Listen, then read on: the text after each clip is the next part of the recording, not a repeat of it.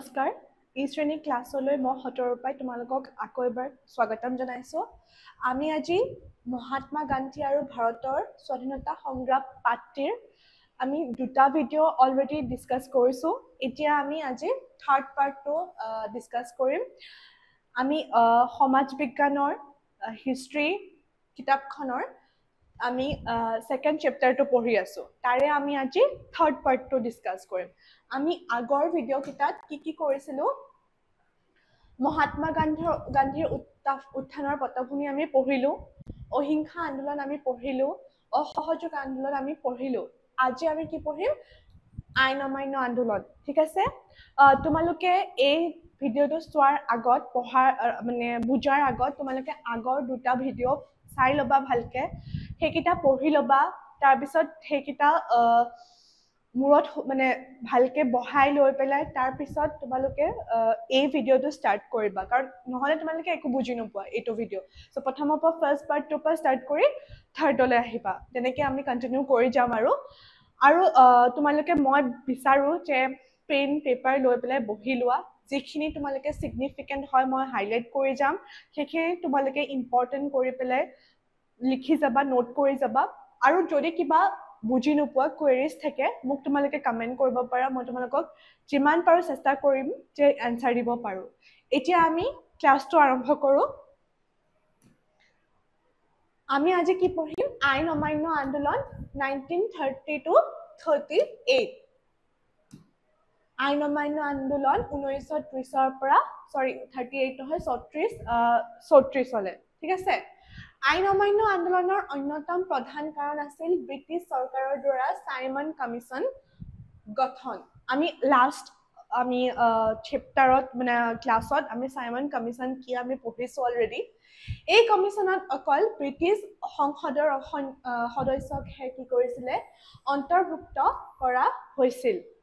ৰাজনৈতিক দল আৰু সামাজিক সংগঠনবোৰে ভাৰতীয় প্ৰতিনিধি নথকা বাবে ইয়াক গ্ৰহণ কৰা নাছিল আৰু চেতকাইসকলৰ কমিশন বুলি অভিহিত কৰিছিল ৰাজনৈতিক আৰু সামাজিক সংগঠনবোৰে ভাৰতীয় প্ৰতিনিধি নথকাৰ বাবে কি কৰিছিলে ইয়াক গ্ৰহণ কৰা নাছিল আৰু চেতকাইসকলৰ কমিশন বুলি এই সাইমন কমিশনক অভিহিত কৰিছিল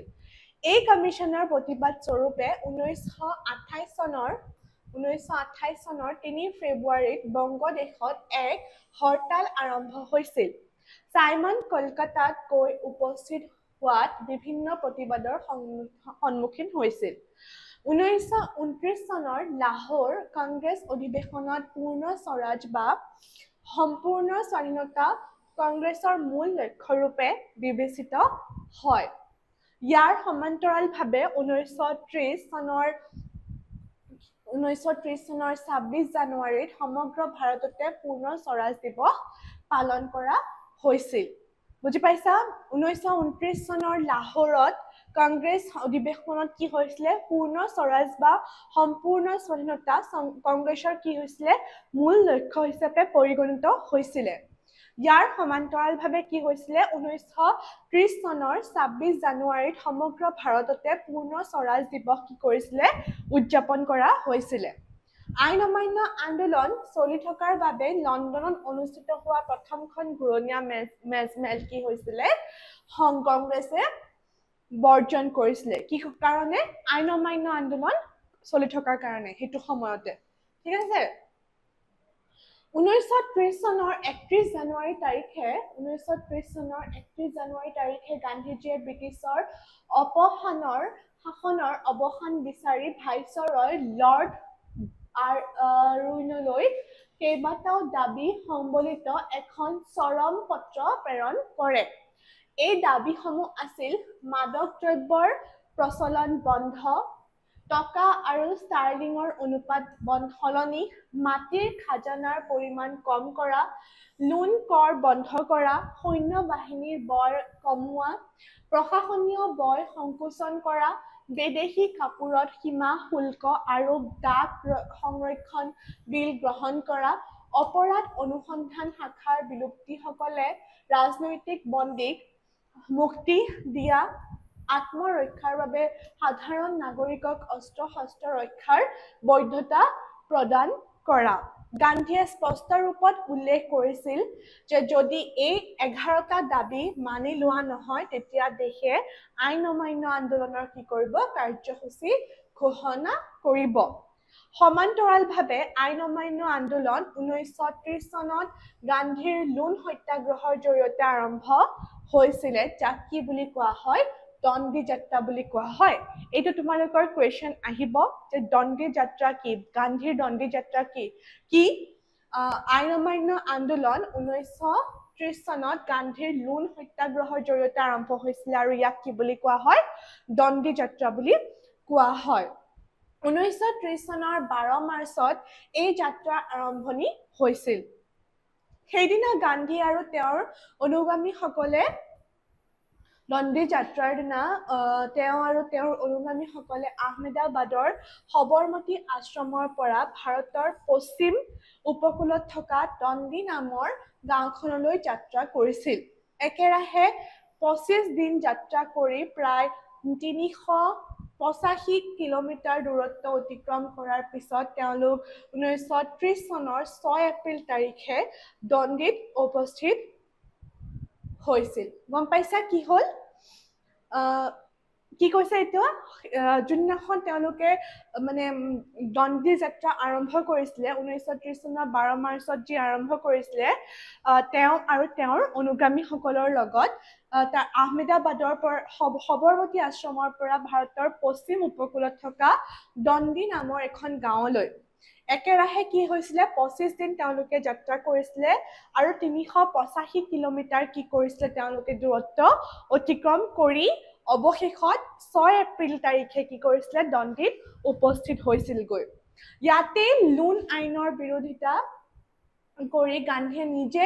লুণ প্ৰস্তুত কৰি চৰকাৰৰ প্ৰতি প্ৰত্যাহ্বানৰ সৃষ্টি কৰিছিলে গান্ধীজীয়ে যে নিজে লুণ প্ৰস্তুত কৰিছিলে সেইটো আমি সকলোৱে জানো হয়নে ইয়াতে কি কৰিছিলে লুণ আইনৰ বিৰোধিতা কৰিছিলে আৰু তাৰপিছত লুণ প্ৰস্তুত কৰিছিলে ক্ৰমে এই আন্দোলন সৰ্বত্ৰে বিয়পি পৰিছিল আৰু দেশৰ অন্যান্য প্ৰান্ততো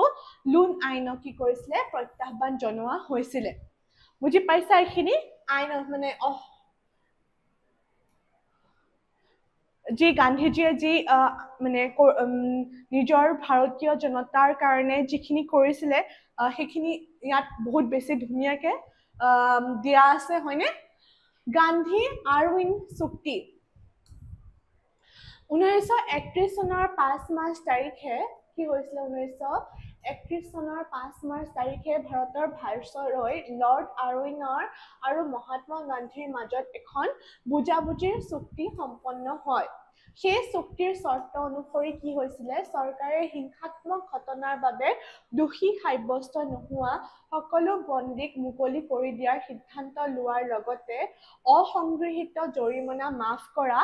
আৰু তৃতীয় পক্ষৰ ওচৰত বিক্ৰী নকৰা সত্যাগ্ৰহীৰ পৰা অধিগ্ৰহণ কৰা মাটিবোৰ ঘূৰাই দিয়াৰ সিদ্ধান্ত গ্ৰহণ কৰে 1931 চনৰ 5 মাৰ্চত কি হৈছিলে ভাৰতৰ ভাইছৰয় লৰ্ড আৰউইন আৰু মহাত্মা গান্ধীৰ মাজত এখন চুক্তি হয় আৰু তাত তেওঁ কি কৰিছিলে যিখিনি বন্দী হৈ আছিলে কাৰাগাৰত তেওঁলোকক মুকলি কৰি দিয়াৰ বাবে মানে চুক্তি গ্ৰহণ কৰিছিলে আৰু লগতে যিখিনি জৰিমনা আছিলে সেইখিনি ৰেহাই কৰিছিলে আৰু তেওঁলোকৰ যিখিনি মাটি ব্ৰিটিছসকলে মানে লৈ লৈছিলে আমাৰ সাধাৰণ জনতাৰ যিখিনি মাটি লৈ লৈছিলে সেইখিনি যাতে তৃতীয় পক্ষক দিয়াৰ আগতে কি কৰিছিলে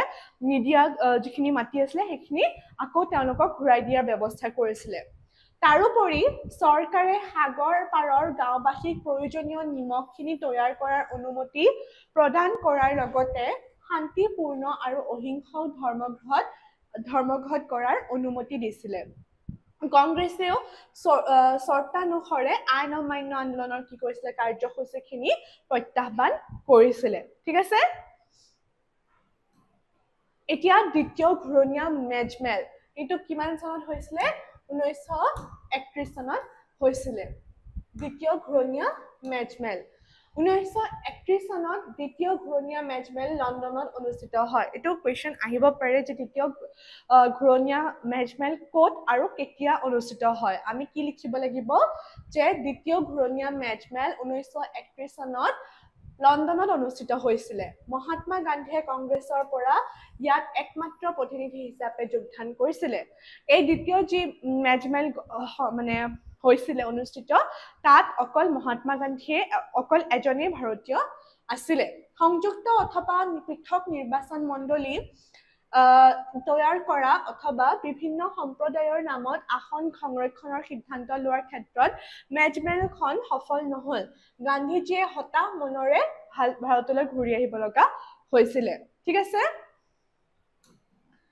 তাৰপিছত আইন অমান্য আন্দোলন 1932 চনত কি হৈছিলে পুনৰ আকৌ হৈছিলে ঠিক আছে কিয় হৈছিলে আমি এতিয়া পঢ়িবলৈ পাম 1931 চনত আইন অমান্য আন্দোলনৰ পুনৰ আৰম্ভ হয় কিন্তু আন্দোলন প্ৰকৃতপক্ষে আৰম্ভ হোৱাৰ আগতে মহাত্মা গান্ধীৰ লগতে তদানীন্তন কংগ্ৰেছ সভাপতি বল্লভ ভাই পেটেলক গ্ৰেপ্তাৰ কৰা হয় চৰকাৰে বলপূৰ্বকভাৱে কংগ্ৰেছৰ কাৰ্যালয়ও অধিগ্ৰহণ কৰিছিলে চৰকাৰে মানে ব্ৰিটিছসকলে কি কৰিছিলে বলপূৰ্বকভাৱে কংগ্ৰেছৰ যি কাৰ্যালয় সেয়া অধিগ্ৰহণ কৰিছিলে গণ সমাৱেশবোৰক চেদেলি ভেদেলি কৰিবলৈ ঠায়ে ঠায়ে লাঠি চালনা কৰিছিলে আনকি শিশু আৰু তিৰোতাও অত্যাচাৰৰ পৰা হাত সাৰি যাব পৰা নাছিলে ঠিক আছে সংবাদ মাধ্যমৰ ক্ষমতা সম্পূৰ্ণকৈ কৰ্তন কৰা হৈছিলে জাতীয়তাবাদী সাহিত্য কবিতা গল্প উপন্যাস ইত্যাদিৰ ওপৰত নিষেধাজ্ঞা জাৰি কৰা হৈছিলে কোনে কৰিছিলে চৰকাৰে কৰিছিলে চৰকাৰ মানে কোন ব্ৰিটিছসকল তথাপিও কিন্তু আন্দোলন থমকি ৰোৱা নাছিলে কিন্তু লাহে লাহে দীঘলীয়া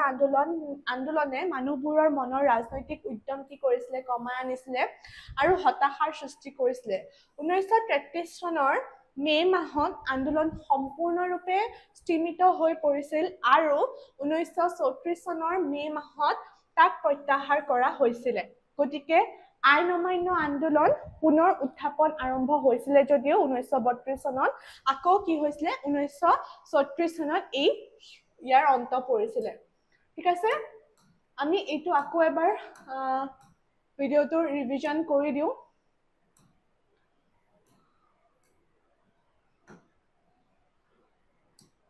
এটা কুইক ৰিভিজন আমি আকৌ এবাৰ কৰি দিছো আইন অমান্য আন্দোলন 1930 পৰা 34 চনলৈকে ভিতৰত হৈছিলে ইয়াৰ প্ৰধান কাৰণ কি হৈছিলে ব্ৰিটিছ চৰকাৰৰ দ্বাৰা সাইমন কমিছন গঠন হৈছিলে আৰু এই কমিছনত অকল ব্ৰিটিছ সংসদৰ সদস্যকহে কি কৰিছিলে অন্তৰ্ভুক্ত কৰা হৈছিলে ৰাজনৈতিক দল আৰু সামাজিক সংগঠনবোৰে ভাৰতীয় প্ৰতিনিধি নথকাৰ বাবে ইয়াক গ্ৰহণ কৰা নাছিল আৰু চেটকাইসকলৰ কমিছন বুলি আখ্যা দিছিল 1928 চনৰ 3 ফেব্ৰুৱাৰীত বংগদেশত এক হৰতাল আৰম্ভ হৈছিল আৰু সাইমন কলকাতাত উপস্থিত হোৱাত বিভিন্ন প্ৰতিবাদৰ সন্মুখীন হৈছিল 1929 চনৰ লাহোৰত কংগ্ৰেছ অধিৱেশনত পূৰ্ণ স্বৰাজ বা সম্পূৰ্ণ স্বাধীনতা কংগ্ৰেছৰ মূল লক্ষ্যৰূপে বিবেচিত হয় ইয়াৰ সমান্তৰালভাৱে 1930 চনৰ 26 জানুৱাৰীত সমগ্ৰ ভাৰততে পূৰ্ণ স্বৰাজ দিৱস পালন কৰা হয় কেতিয়া 1930 চনৰ 26 জানুৱাৰীত আইন অমান্য আন্দোলন চলি থকাৰ বাবে লণ্ডনত যি অনুষ্ঠিত হৈছিলে প্ৰথম ঘূৰণীয়া মেজমেল এইখন কংগ্ৰেছে কি কৰিছিলে বৰ্জন কৰিছিলে ঠিক আছে